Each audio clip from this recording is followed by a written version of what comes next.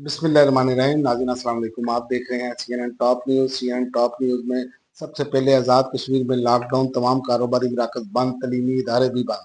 عوامی action committee کی کال پر آزاد کشمیر میں چوتھے روز بھی لاک ڈاؤن جاری، جس کی وجہ سے تمام کاروباری مراکز، دفاتر، تعلیمی ادارے اور ٹرانسپورٹ بند ہے۔ آزاد کشمیر میں 4 روز سے ہڑتال کے باعث نظام زندگی مفلوج ہو کر رہ گیا۔ وزیر اعظم کا آزاد کشمیر کی صورتحال پر اظہار تشویش، مذاکرات کی خود نگرانی کا اعلان۔ وزیر اعظم نے آزاد کشمیر میں مظاہروں کے دوران پیش آنے والے ناخوشگوار واقعات پر شدید تحفظات کا اظہار کرتے ہوئے معاملے کی شفاف تحقیقات کا حکم دے دیا۔ آزاد کشمیر میں احتجاج کرنے والے مقبوضہ کشمیر کی 3 نسلوں کی جدوجہد پر غور کریں۔ وزیر دفاع خواجہ آصف نے سوشل میڈیا پر جاری بیان میں کہا کہ آزاد کشمیر میں احتجاج کرنے والے مقبوضہ کشمیر کی 3 نسلوں کی جدوجہد پر غور کریں جو آپ کو میسر ہے، اس کے اشیر کا بھی وہ تصور نہیں کر سکتے، اور اس کے علاوہ عدالت میں کوئی تقسیم نہیں، کسی کی ذاتی رائے ہو سکتی ہے۔ جسٹس محسن اختر کیانی۔ یہ ریمارکس اسلام آباد ہائی کورٹ نے ٹرائل کورٹس کے ججز سے منسوب بیان پر ایمان مزاری ایڈوکیٹ کے خلاف توہین عدالت کارروائی کی درخواست کے قابل سماعت ہونے پر فیصلہ محفوظ کر لیا۔ جسٹس محسن اختر کیانی نے ریمارک دیے کہ یہ کسی کی ذاتی رائے ہو سکتی ہے، اس میں عدالت میں کوئی تقسیم نہیں ہے۔ اور الیکشن کمیشن کا شبلی فراز کی نااہلی کے بعد سینٹ کی خالی نشست پر الیکشن کرانے کا اعلان۔ الیکشن کمیشن نے خیبر پختونخوا سے سینٹ کی خالی نشست پر الیکشن شیڈول جاری کر دیا۔ الیکشن کمیشن نے شبلی فراز کی نااہلی کے بعد خیبر پختونخوا سے خالی ہونے والی سینٹ آف پاکستان کی نشست پر 30 اکتوبر کو الیکشن کرانے کا اعلان کر دیا۔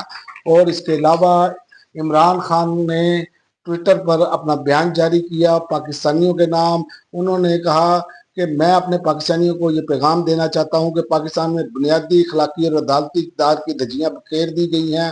اگر آپ آج اپنے حقوق اور قانون کی بالادستی کے لیے نہیں اٹھیں گے تو آنے والا وقت تباہ کن ہوگا۔ ناانصافی اور فسادیت کے باعث معیشت بری طرح متاثر ہوگی۔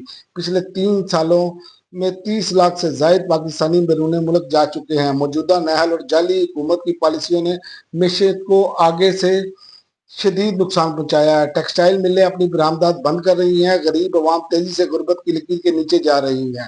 انہوں نے کہا کہ حضرت علی رضی اللہ تعالیٰ عنہ کا قول ہے، کفر کا نظام چل سکتا ہے مگر ظلم کا نظام نہیں۔ ہمیں اس ظلم کے خلاف اپنے ملک کے بہتر مستقبل کے لیے خود کھڑا ہونا ہوگا۔ اس کے لیے پوری قوم کو پیغام دیتا ہوں کہ تیاری پکڑ لیں۔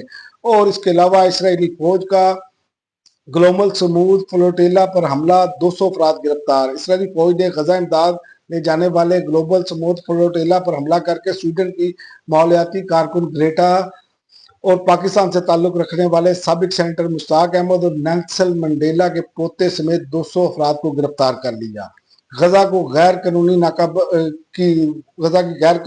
ناکہ بندی فوری ختم کی جائے اور کارکن رہا کیے جائیں، پاکستان کا مطالبہ۔ پاکستان نے اسرائیل کی جانب سے گلوبل سمود فلوٹیلا روکنے کی شدید مذمت کرتے ہوئے فلوٹیلا پر سوار کارکنان کی گرفتاری کو بین الاقوامی قانون کی خلاف ورزی قرار دیا۔ وزارت خارجہ کی جانب سے کہا گیا فلوٹیلا میں 40 سے زائد سول جہاز اور 500 بین الاقوامی کارکن شامل تھے۔ کارکنان غزہ کے محصور عوام کے لیے انسانی امداد لے جا رہے تھے۔ اور اس کے علاوہ آزاد کشمیر مظاہرے، جوائنٹ ایکشن کمیٹی کے حکومت سے باضابطہ مذاکرات شروع ہو گئے۔